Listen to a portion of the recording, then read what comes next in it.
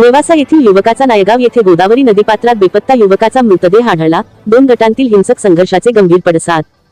श्रीरामपूर तालुक्यातील नायगाव येथे काही दिवसांपूर्वी 2 गटांमध्ये झालेल्या तुफान हाणामारीनंतर बेपत्ता असलेल्या युवकाचा मृतदेह आज गोदावरी नदीपात्रात आढळून आल्याने संपूर्ण परिसरात खळबळ उडाली आहे. मयत युवकाचे नाव निलेश शेंडगे असे असून या घटनेमुळे नायगाव व श्रीरामपूर परिसरात भीती व तणावाचे वातावरण निर्माण झाले आहे.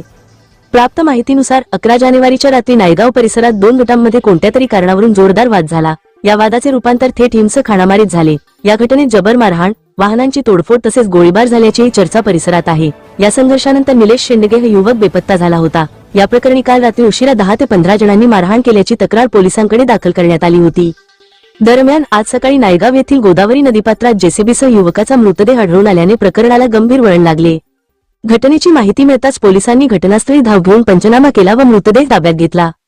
खाजेकर यांनी दिलेल्या तक्रारीवरून श्रीरामपूर तालुका पोलीस ठाण्यात अकस्मात मृत्यूची नोंद करण्यात आली आहे. सूत्रांनी दिलेल्या प्राथमिक माहितीनुसार हा वाद जमीन खरेदी विक्रीच्या व्यवहारातून झाल्याचे सांगण्यात येत आहे. मात्र दुसरीकडे स्थानिक ग्रामस्थांमध्ये दबक्या आवाजात वेगळीच चर्चा सुरू असून सदरची घटना अवैध वाळू उपसा व त्यातून निर्माण झालेल्या वादातून घडल्याचा संशय व्यक्त केला जात आहे. यापूर्वी नायगाव परिसरात अशा स्वरूपाचे वाद होत असल्याची चर्चा आहे.